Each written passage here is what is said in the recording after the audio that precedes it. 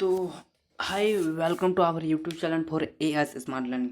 तो आज हम करेंगे पॉलिटेक्निक साइंस का शीत युद्ध का दौर। ये जो चैप्टर 2 है, जो हम लोगों के चैप्टर 2 का पॉलिटेक्निक साइंस का है, शीत युद्ध का दौर। तो शीत युद्ध जानने से पहले हमें जानना होगा कि शीत युद्ध के दौर मतलब शीत युद्ध जानने से पहले हमें जानना होगा कि शीत युद्ध क्या था, क्या नहीं था। तो शीत युद्ध जानने से पहले हमें प्रथम विश्व युद्ध और दूसरा विश्व युद्ध के बारे में जानना होगा। तो प्रथम विश्व युद्ध कब से कब तक चला था? तो प्रथम विश्व युद्ध 1914 से 1918 तक चला था। और द्वितीय विश्व युद्ध कब चला था? वह 1939 से 1944 मतलब 45 तक चला था। तो अभी ना बकवास के हम स्टार्ट करते हैं आजकल। तो द्वितीय विश्व युद्ध पहले हम जानेंगे द्वितीय विश्व युद्ध। तो द्वितीय विश्व युद्ध किसके बीच हुआ था? तो द्वितीय विश्व युद्ध दो देशों के बीच, एक मित्र राष्ट्र एक ध्रुवी राष्ट्र के मतलब दो संगठन के बीच हुआ, एक मित्र राष्ट्र एक ध्रुवी राष्ट्र। तो मित्र राष्ट्र में कौन कौन थे? तो मित्र राष्ट्र में थे जैसे कि अमेरिका, सोवियत संघ, ब्रिटेन, फ्रांस। और ध्रुवी राष्ट्र में जैसे कि ध्रुवी राष्ट्र में थे जर्मनी, इटली और जापान। तो मित्र राष्ट्र जब 1945 में जब शीत युद्ध का दौर चल रहा था, मतलब 1945 के बाद जब वो शीत युद्ध मतलब जो 1945 के बाद जब समाप्त हुआ ये दूसरी विश्व युद्ध, उसके बाद शीत युद्ध का दौर समय स्टार्ट हुआ। 1945 से 91 तक चला। मतलब क्या हुआ था जब शीत युद्ध में, यहाँ जो शीत युद्ध था तो यहाँ दो संगठन शीत युद्ध के समय दो संगठन शक्तिशाली थे। कौन सा संगठन शक्तिशाली थे? एक सोवियत संघ थे और एक नहीं, एक था अमेरिका। एक अमेरिका था और एक सोवियत संघ था। तो मतलब कि दोनों पक्ष क्या थे, वो शक्तिशाली उस समय शक्तिशाली थे। तो उस समय दोनों शक्तिशाली थे। तो ऐसा शीत युद्ध क्या है आप देखेंगे दूसरे पॉइंट में। तो शीत युद्ध क्या? शीत शीत युद्ध का अभिप्राय ऐसा स्थिति से जहां मानव के तनाव संघर्ष से प्रतीत परंतु संघर्ष नहीं होता। युद्ध की संभावना सदैव बनी रहती है लेकिन वास्तव रूप में ये रक्त रंजित नहीं होता। मतलब शीत युद्ध मतलब होता है कि जब 1945 के बाद 1951 इक्यावन तक शीत युद्ध का मतलब 51 तक शीत युद्ध का समय चला था। मतलब कि ऐसा समझा जा रहा था कि उस समय की जैसे कि अमेरिका और सोवियत संघ जो थे, तो वो दोनों संगठन शक्तिशाली में आया था। दोनों शक्तिशाली संगठन थे। तो उन दोनों को के बीच क्या हुआ था? तो मतलब किस बात का मतभेद हो गया, किस मतभेद हो गया था। तो उन लोगों को क्या लगा था कि बहुतों लोगों को लगा था कि कुछ ही समय बाद युद्ध होने वाला था। पर मतलब सब युद्ध की तैयारी कर रहे थे, बट युद्ध होने वाला नहीं था। तो ऐसा मतलब जैसा प्रतीत होता है कि युद्ध होने वाला, बट युद्ध होगा नहीं। मतलब युद्ध का एक तनाव संघर्ष हो परंतु युद्ध नहीं होगा। तो उसी को शीत युद्ध कहा जाता है। शीत मतलब अच्छी तरह से समझें, शीत युद्ध का अभिप्राय क्या? शीत युद्ध का ऐसा स्थिति से जहाँ तनाव और संघर्ष से होता है परंतु युद्ध नहीं होता। यह युद्ध संभावना सदैव बनी रहती है लेकिन वास्तव रूप में कोई रक्त रंजित नहीं होता। मतलब शीत युद्ध शीत युद्ध का अर्थात है कि ये तनाव मतलब शीत युद्ध बनी संघर्ष बनी रहती है बट शीत युद्ध नहीं होता। शीत युद्ध का अभिप्राय युद्ध की संभावना बनी रहती है बट युद्ध नहीं होता। बट युद्ध का मतलब संभावना की होती है, सदैव बनी रहती है लेकिन वास्तव में यह युद्ध नहीं होती और रक्त रंजित तक नहीं होता।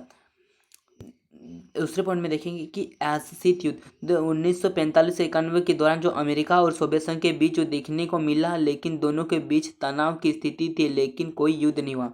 तो पहले ही हम आपको बताती हैं कि शीत युद्ध का क्या मतलब है।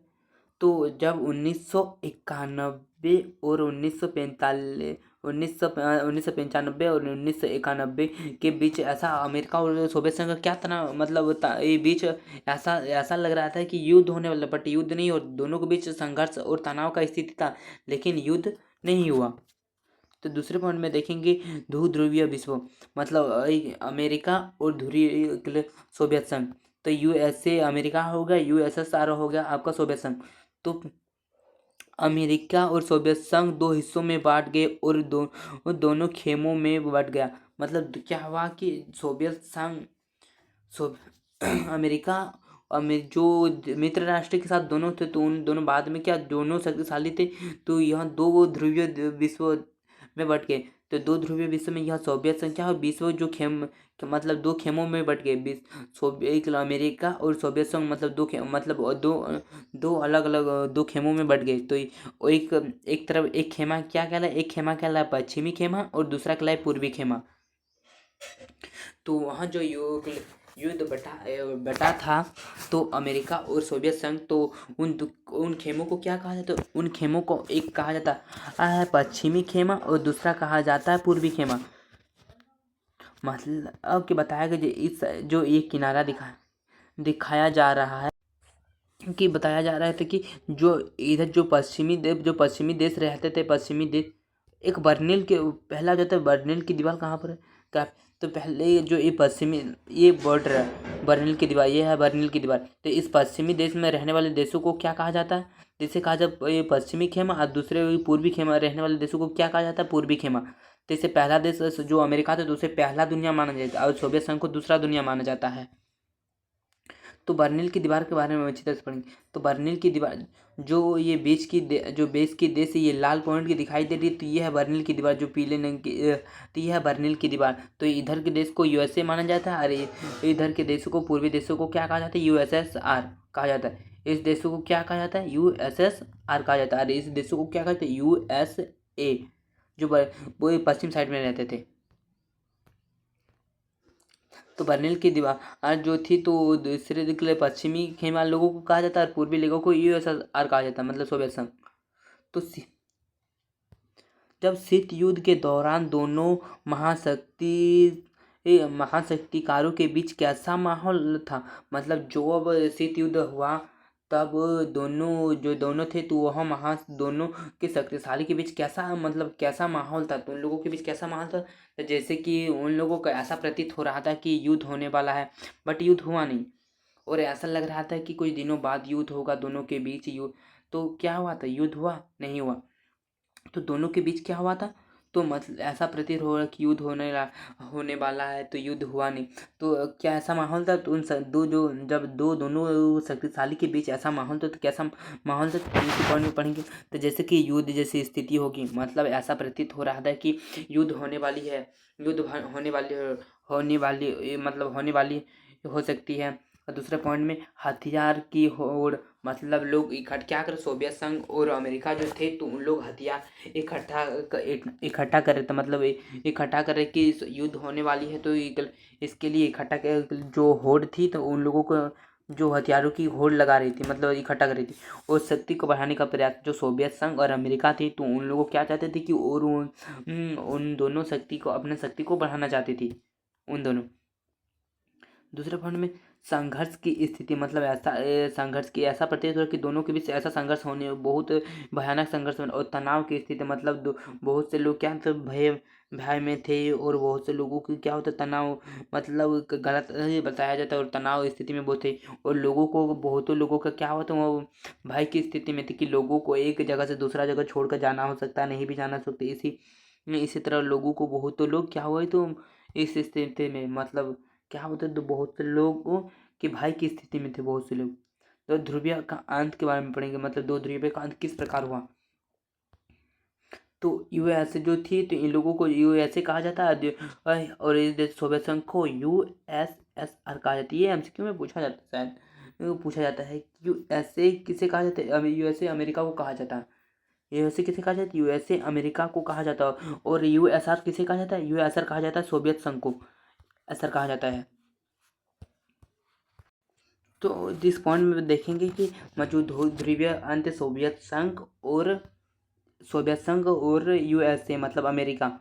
इस तो सन 1991 सोवियत संघ का विघटन हो गया, मतलब सोवियत संघ जो थे, तो यूएसआर का विघटन कब हुआ, अंत कब हुआ, तो सन 1991। तो यह एमसीक्यू क्वेश्चन में पूछा जाता है एग्जाम में कि सोवियत संघ का विघटन कब हुआ था। तो सोवियत संघ का विघटन कब हुआ था, तो सोवियत संघ का विघटन 1991 को हुआ था। तो सोवियत संघ का विघटन कब हुआ था, तो 1991 को हुआ था। ये एमसीक्यू में पूछा जाता है एग्जाम में।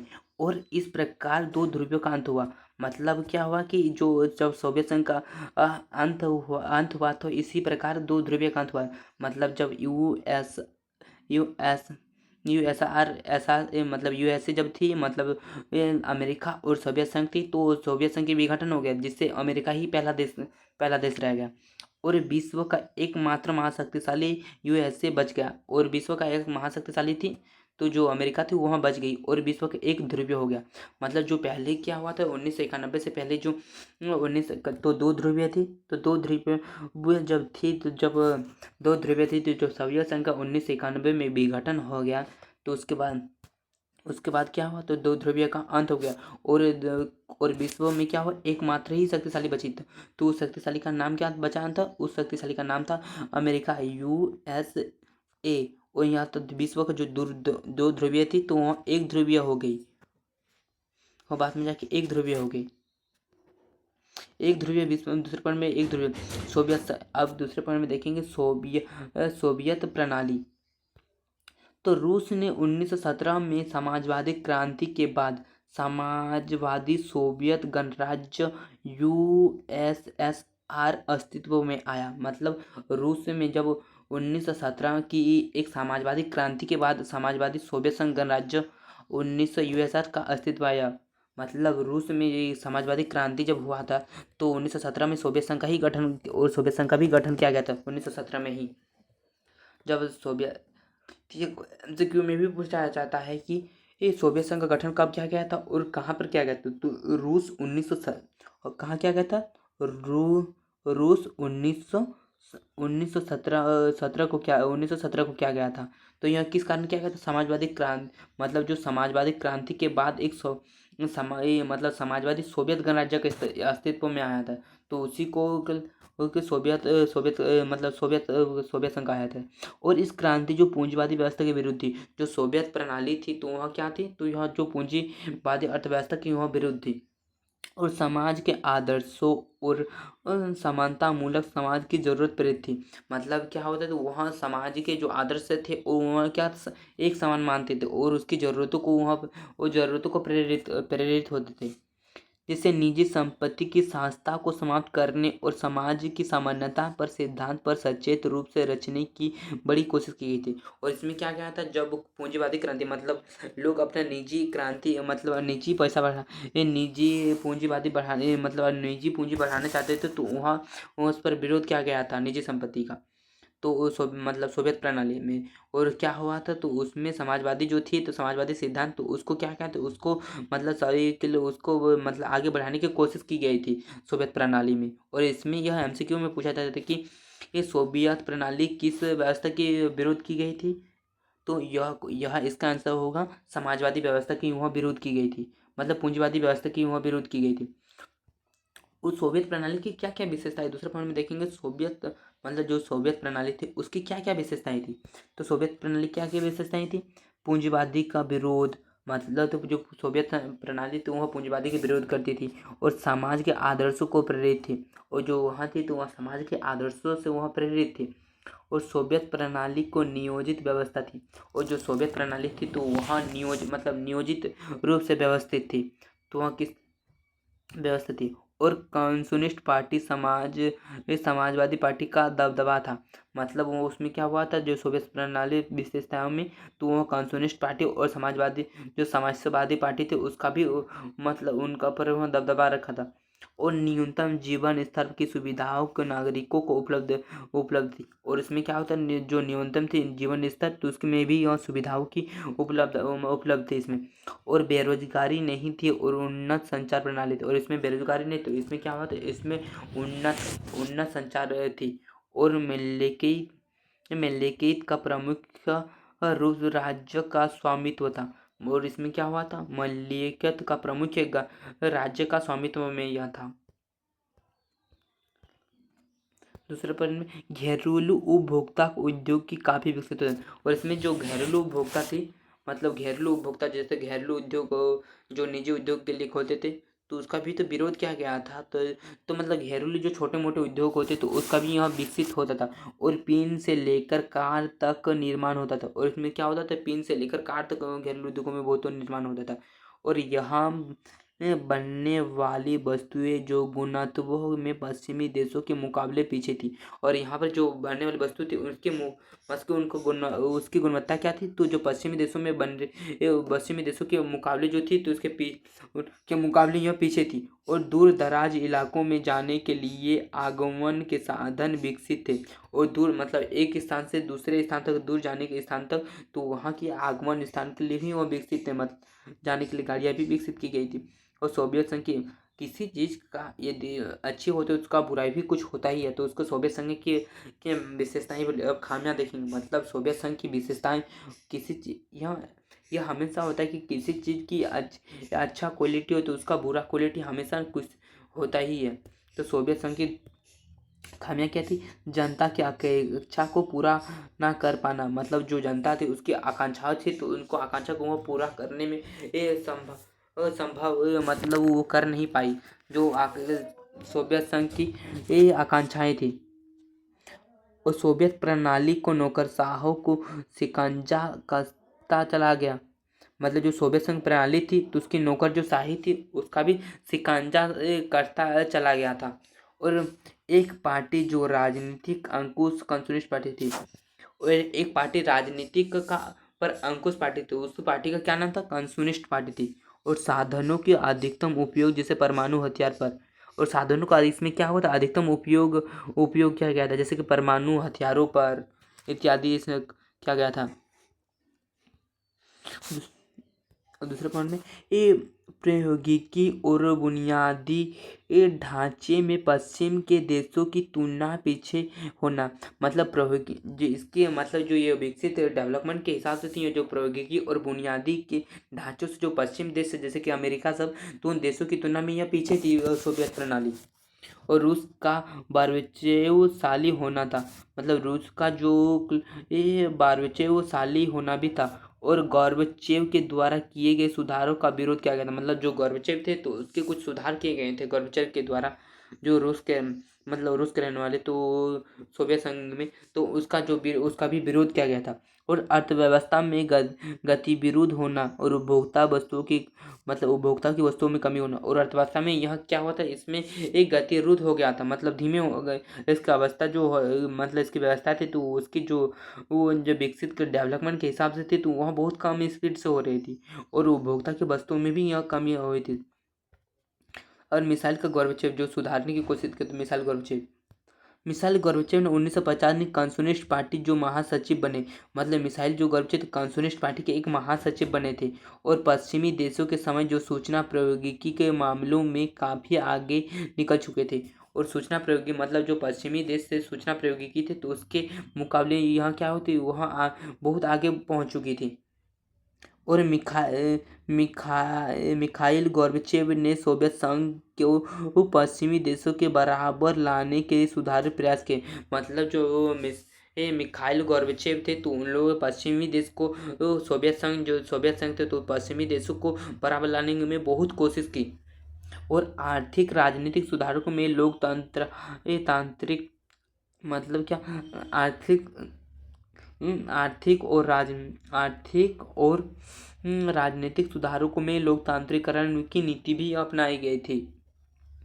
जैसे कि मिखाइल गोर्बाचेव ने एक गतिशील प्रजातंत्र की नीति भी अपनाई थी। और ग्लात्सक में यह खुलापन किया गया था। और पेरेस्ट्रोइका में क्या था, इसमें पुनः रचना की गई थी इसमें। और सोवियत संघ के विघटन क्यों हुआ, मतलब जो सोवियत संघ थी इसका विघटन होने का क्या कारण है, इस पॉइंट में पढ़ेंगे। तो सोवियत संघ के विघटन होने का क्या कारण, सोवियत संघ की राजनीतिक आर्थिक संस्थाओं में अंदरूनी कमजोरी का कारण। जो सोवियत संघ थी तो उसके जो सोवियत संघ थी तो उसकी आर्थिक और राजनीतिक रूप से अंदरूनी कमजोर हो चुकी थी। तो यह VVI क्वेश्चन है जो आपके एग्जाम के लिए यह पूछा जाता है कि सोवियत संघ विघटन होने के क्या कारण थे। यह एग्जाम में भी बार बार पूछा जाता है। तो यह 2021 और यह क्वेश्चन एक बोर्ड के लिए था कि CBSE और बोर्ड में पूछा गया था कि 2011 और 21 में दोनों टाइम पूछा गया था, और 3-4 टाइम पूछा गया। तो सोवियत संघ की राजनीतिक आर्थिक अंदरूनी कमजोर हो चुकी थी, जिससे उसका विघटन होने के कारण थी। और जनता की आकांक्षाओं को पूरा न कर पाना, मतलब जो सोवियत संघ उनकी जो आकांक्षाएं थी जनता की, तो वो आकांक्षाओं को पूरा नहीं कर पाई। दूसरे पॉइंट में आर्थिक व्यवस्था की गति विरुद्ध होना, मतलब जो आर्थिक व्यवस्था थी उसकी धीरे धीरे डेवलपमेंट हो रही थी, जिससे लोग को उसके विरुद्ध विरुद्ध हो गए थे। और संसाधनों का दुरुपयोग, और संसाधनों का जो हो रहा था उसका दुरुपयोग किया जा रहा था, जैसे कि सैन्य सामान, हथियारों की ये होड़, पूर्वी यूरोप में देशों में विकास इत्यादि। और सोवियत संघ के लोगों को बताया गया था कि वह पश्चिमी देशों के मुकाबले विकास कर रहे हैं, मतलब सोवियत संघ के लोगों को यहाँ बताया गया था कि जो पश्चिमी देश अमेरिका इत्यादि देश से पश्चिमी देशों के, तो उन लोगों यहाँ मतलब उन लोगों के मुकाबले यहाँ सोवियत संघ विकास कर रही है, लेकिन यह सच नहीं था। वहाँ मतलब पीछा क्या होता है, पीछा के चुके थे। और कम्युनिस्ट पार्टी की सत्तावादी होना, मतलब जो कम्युनिस्ट पार्टी थी तो वह सत्तावादी होने के कारण भी यह हुआ था। और गोरबचेव के सुधार की नीति को भी जो गोरबचेव के सुधारों की नीति थी तो वह भी अपनाई नहीं गई थी, गोरबचेव के सुधारों की नीति। उसके विरुद्ध बहुत लोगों ने गोरबचेव के सुधारों को विरोध किया, जिससे यह विघटन के कई कारण हुए। और इस और इन्हीं कारण बोरिस लेयुन के नेतृत्व में 1991 में ख्यात पलट हुआ। और इसी का मतलब इसी जो कारण थे, जैसे बैरी यटलम नेतृत्व के कारण 1991 में इसका सोवियत संघ का फलन हो गया। और वेरिस इसमें नायक की तरह उभरे और दिसंबर 1921 में 3 बड़े गणराज्य बनाए। और बेरिस जो योसिनिस थे, बेरी योसिनिस, तो उसके इसमें नायक की तरह उभरे। और इसमें दिसंबर 1991 में उसने रूस में 3 गणराज्य उत्पन्न किए, जैसे कि रूस, उक्रेन और बेलारूस थे। और क्या थी, बेलारूस नहीं। और सोवियत संघ की संपत्ति समाप्त की गई। और इसमें क्या होता है, सोवियत संघ की संपत्ति समाप्त की गई थी और घोषणा की गई, और कम्युनिस्ट पार्टी की प्रतिबंध कर दिया गया। और क्या इसमें क्या हुआ था, जो यूक्रेन सोवियत संघ समाप्ति के बाद क्या घोषणा की गई थी, कम्युनिस्ट जो पार्टी उसके प्रतिबंधित कर दिया गया था।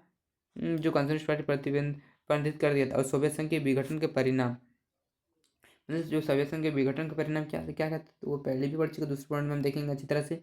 तो यह शीत युद्ध के संघर्ष में समाप्त होने हो गया, मतलब जो शीत युद्ध हुआ संघर्ष समाप्त हो गया, मतलब जो सोवियत संघ विघटन के वो कारण थे। तो अभी दूसरे पॉइंट में मतलब जो सोवियत संघ के विघटन उसके बाद क्या क्या क्या परिणामें हुई, वह शीत युद्ध के संघर्ष समाप्त हो गया। मतलब 1945 और 1991 के बीच जो वो शीत युद्ध का दौर था, तो मतलब शीत युद्ध की संभावना सब लग रही थी, तो वहाँ समाप्त हो गई 1991 सोवियत संघ के विघटन के बाद। और एक ध्रुवीय विश्व अर्थात अमेरिका गर्वचक उदय हुआ, जब 1945 और 1991 के बीच जो 2 ध्रुवीय देश थे, एक सोवियत संघ और एक अमेरिका। तो सोवियत संघ के विघटन के बाद एक ही ध्रुवीय बचा, जिसका नाम अमेरिका पड़ा, जो अमेरिका थी, और इसे एक ध्रुवीय देश बन गया। और हथियारों की होड़ की समाप्ति की गई, और हथियार जो इकट्ठा करते उसकी होड़ समाप्ति करी। और सोवियत संघ गठन का अंत 15 नए देशों का उदय हुआ। और सोवियत संघ के अंत के बाद 15 नए देशों को उत्पन्न हुआ।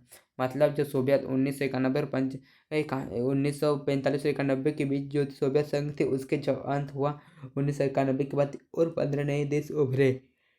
और रूस सोवियत संघ की उत्तराधिकारी बन गया, और जो रूस थी तो वह सोवियत संघ का उत्तराधिकारी बन गया। और विश्व राजनीतिक शक्तिशाली संबंधों में परिवर्तन हुए, मतलब जो विश्व में राजनीतिक संबंध थी तो उसमें भी परिवर्तन हुए। और इसमें और समाजवादी विचारधारा का प्रचिन्ह लग गया। और इसमें क्या होता, जो समाजवादी लगा तो वह प्राचीन चिन्ह लग गया। और पूंजीवादी उदारवादी व्यवस्था को गर्वचेव हुआ। और पूंजीवादी और उदारवादी व्यवस्था हुआ तो वह गर्वचेव हुआ। दूसरे पॉइंट में देखेंगे शॉक थेरेपी क्या है।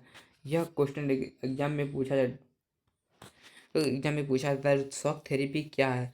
तो शॉक थेरेपी क्या है, तो शॉक थेरेपी के बारे में हम इस पॉइंट में पढ़ेंगे शॉक थेरेपी क्या है।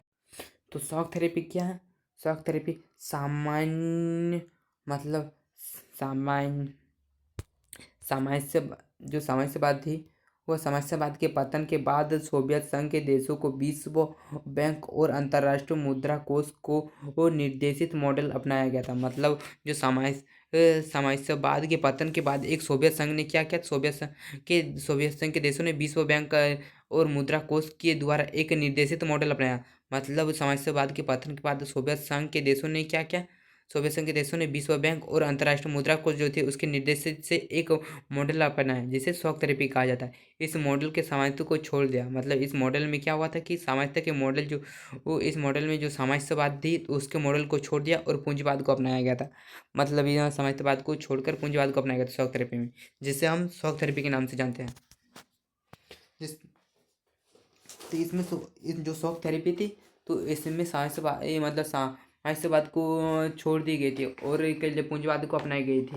यह क्वेश्चन एमसीक्यू में पूछा जाता है कि इस शॉक थेरेपी में कौन सी बात अपनाई गई थी, तो वह पूंजीवाद अपनाई गई थी।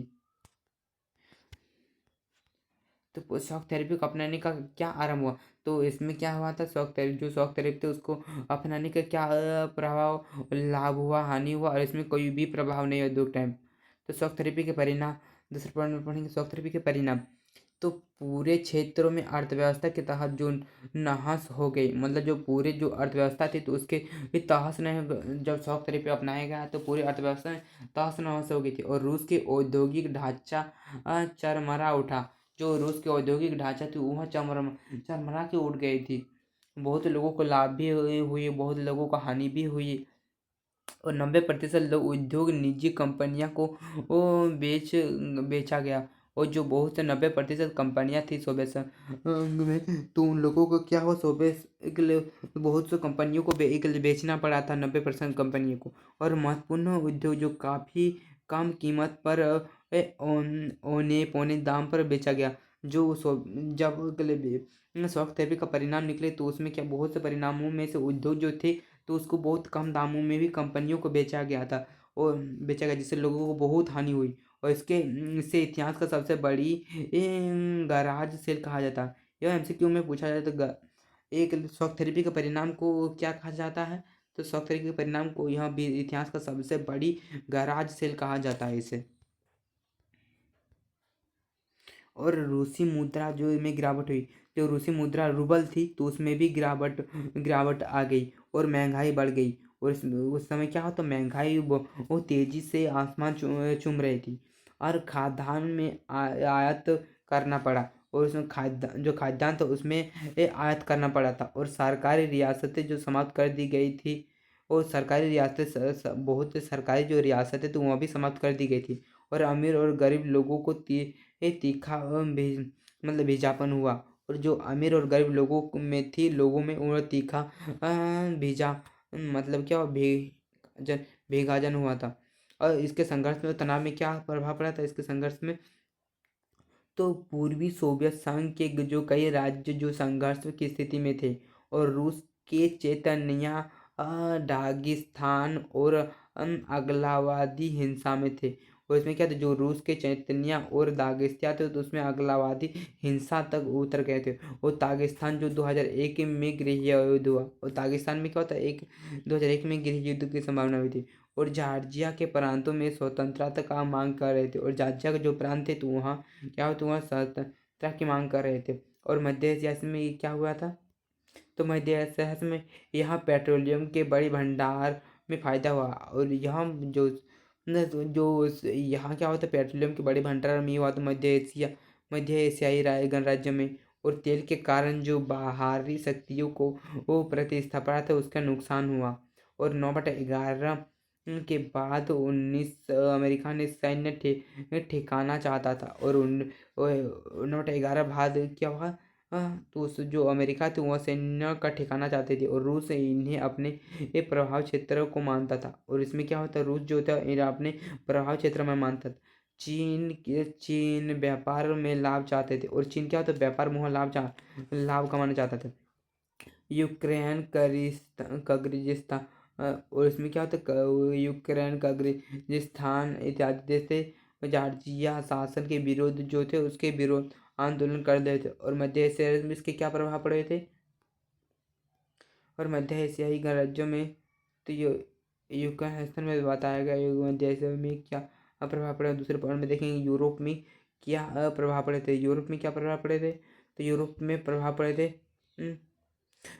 चेलोगिस्तान बाकिया में शांतिपूर्ण और टूट गया, और चेक गणराज्य और स्लोवाकिया जो साली वहाँ बन गए दूसरे पॉइंट में। और बालाकन क्षेत्र में क्या प्रभाव पड़े थे। बालाकन क्षेत्र में जो बालाकन क्षेत्र थे उसमें कई प्रभाव पड़े थे, जैसे बालाकन क्षेत्र में सबसे गहरा एक गिलोस्थान यह बाद में पड़ा, मतलब जो सबसे गहरा प्रभाव था तो वहाँ कहाँ पर पड़ा था, योगिलिया बिया में पड़ा था। और 1991 के बाद जो युगला में वो टूट गया, और बेनिया जो स्लोवेनिया और यूकेशिया जो थी वहाँ स्वतंत्र हो गए थे।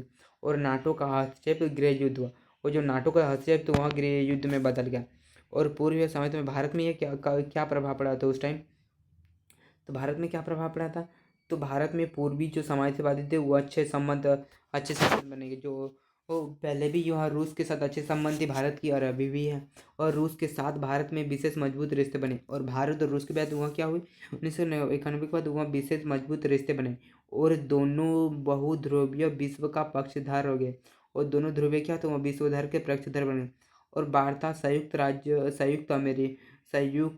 संयुक्त राष्ट्रों की लोकतंत्र में विश्वास हुआ। और वार्ता जो संयुक्त लोकतंत्र थे उसमें विश्वास हुआ। और 2001 में भारत और रूस के बीच आपसी समझौता हुआ, मतलब 2001 में भारत और रूस के बीच कब कितना आपसी समझौते हुए थे कसम। और दूसरे पॉइंट में देखेंगे भारत और रूस के बीच संबंध किस प्रकार। शीत युद्ध के दौरान भारत और सोवियत संघ के संबंध बहुत गहरे थे, मतलब शीत युद्ध के जब 1945 और 1991 के बीच जब से युद्ध हुआ था तो उसके बीच क्या, तो भारत और सोवियत संघ के बहुत ही गहरे रिश्ते थे। इससे आलोचकों को यह कहते थे कि अवसर भी मिला और भारत को सोवियत संघ के खेमे का हिस्सा थे। मतलब भारत तो सोवियत संघ के ऐसे हिस्सा नहीं, तो बहुत लोगों को कहना था कि भारत सोवियत संघ के हिस्सा थे, बट भारत सोवियत संघ के हिस्सा नहीं थे। और इसके दौरान भारत सोवियत संघ का संबंध अनुयामी, मतलब उसके साथ अच्छे संबंध थे तो वो हिस्सा नहीं थे, तो उस भारत और सोवियत संघ के संबंध अनुयामी थे। इसका आर्थिक संबंध क्या थे, तो आर्थिक संबंध में सोवियत संघ के कठिन समय में भारत का सार्वजनिक क्षेत्र की सहायता दी, और भलाई बोकारो विशाखापट्टनम इस्पात संयंत्रों में सहयोग किया। ऐसे आर्थिक संबंध में कई प्रकार के, और रूस जो थे तो रूसों ने आर्थिक भारत की कई प्रकार के जो थे तो वहाँ मदद की, जैसे कि सोवियत संघ ने कठिन समस्या में भारत के जो सार्वजनिक क्षेत्र उसकी सहायता की, और भिलाई बोकारो विशाखापट्टनम इस्पात संयंत्रों में वह सहयोग किए रूस ने। और भेल जैसी भारी उद्योगों को तकनीक में मदद की, और जो भेल जैसे भारी उद्योग थे वह तकनीकी में भी मदद की रूस ने। और विदेशी मुद्रा संकट के दौरान रुपये का भी व्यापार किया, और जो विदेशी मुद्रा के संकट के दौरान उसमें क्या होता है रुपये का भी यहाँ व्यापार किया गया था। और भारत औद्योगिक विकास में भी मजबूत मिली, और जो भारत में औद्योगिक थे उसके विकास में भी और रूस ने बहुत से मदद की। अब राजनीतिक संबंध में क्या संबंध है, तो राजनीतिक संबंध में कश्मीर के मुद्दे संयुक्त राष्ट्र के सोवियत संघ के समर्थन किया। और 1991 भारत के पाक जो भारत और 1991 भारत और पाकिस्तान के बीच जब युद्ध चल रहे थे तो सोवियत संघ भारत में सोवियत संघ की मदद की, और भारत ने सोवियत संघ की विदेशी नीति अप्रत्यक्ष समर्थन किया। और भारत जो सोवियत संघ तो वहाँ विदेशी नीतियों को अप्रत्यक्ष रूप से वहाँ समर्थन किया था, अप्रत्यक्ष रूप से समर्थन किया था। और कश्मीर मुद्दे में जो संयुक्त राष्ट्र और सोवियत संघ भारत का भी वहाँ समर्थन किया गया था। और 1990 में पाकिस्तान और भारत में युद्ध चल रहा था उस समय भी सोवियत संघ ने हमें मदेशी के साथ। उस सैन्य संबंध में क्या है, तो सैन्य संबंध में हम देखेंगे सैन्य संबंध में क्या है, तो सैन्य संबंध में तो सोवियत संघ ने कठिन समय में भारत के आधुनिक सैन्य समाजों की उपलब्ध कराया, मतलब उस सैन्य समय कठिन समस्या भारत में आधुनिक सैन्य जो साझे थे उसमें सामान उपलब्ध कराया गया था। और जब अन्य देशों ने सैन्य तकनीक को देने को तैयार नहीं थे, मतलब जब उस समय क्या होता वो अन्य देश तकनीकें देने के तैयार नहीं थे, तब सोवियत संघ ने हमें सहयोग किया था भारत को। और दोनों देशों के बीच समझौता हुए कि भारत में संयुक्त रूप से सैन्य उपकरण बनाने का समक्ष हुआ। और दोनों बीच के समझौता हुआ कि भारत और संयुक्त रूप से वहाँ क्या हुआ सैन्य रूप से मतलब एक उपकरण बनाने के समक्ष हुआ। और सांस्कृतिक संबंध क्या थे, तो सांस्कृतिक संबंध जैसे सोवियत संघ की हिंदी फिल्में और भारतीय संस्कृति काफ़ी लोकप्रिय थी। जो सोवियत संघ की हिंदी फिल्में थी ये चोरी चोरी तो वहाँ क्या हुआ, तो वह लोग सोवियत संघ की भारतीय संस्कृति में वो काफ़ी लोकप्रिय थी। और अनेक भारतीय लेखक ने कलाकार ने सोवियत संघ की यात्रा पर गए थे। और बहुत से लोग क्या हुए थे, तो बहुत से लोग वहाँ के लिए सोवियत संघ पर आकर्षित हुए, जैसे लेखक और कलाकार बहुत से वहाँ सोवियत संघ के यात्रा में गए। इसी के साथ आज का चैप्टर हमारा समाप्त होता है। कुछ भी डाउट हो तो हमें आप कमेंट बॉक्स में बता सकते हैं। और टेलीग्राम चैनल हमारे बायो में मिल जाएगा। इसका PDF प्लस नोट्स चाहिए तो आपको टेलीग्राम चैनल में मिल जाएगा। इसी के साथ आज का चैप्टर हमारा समाप्त होता है। Thank you for watching.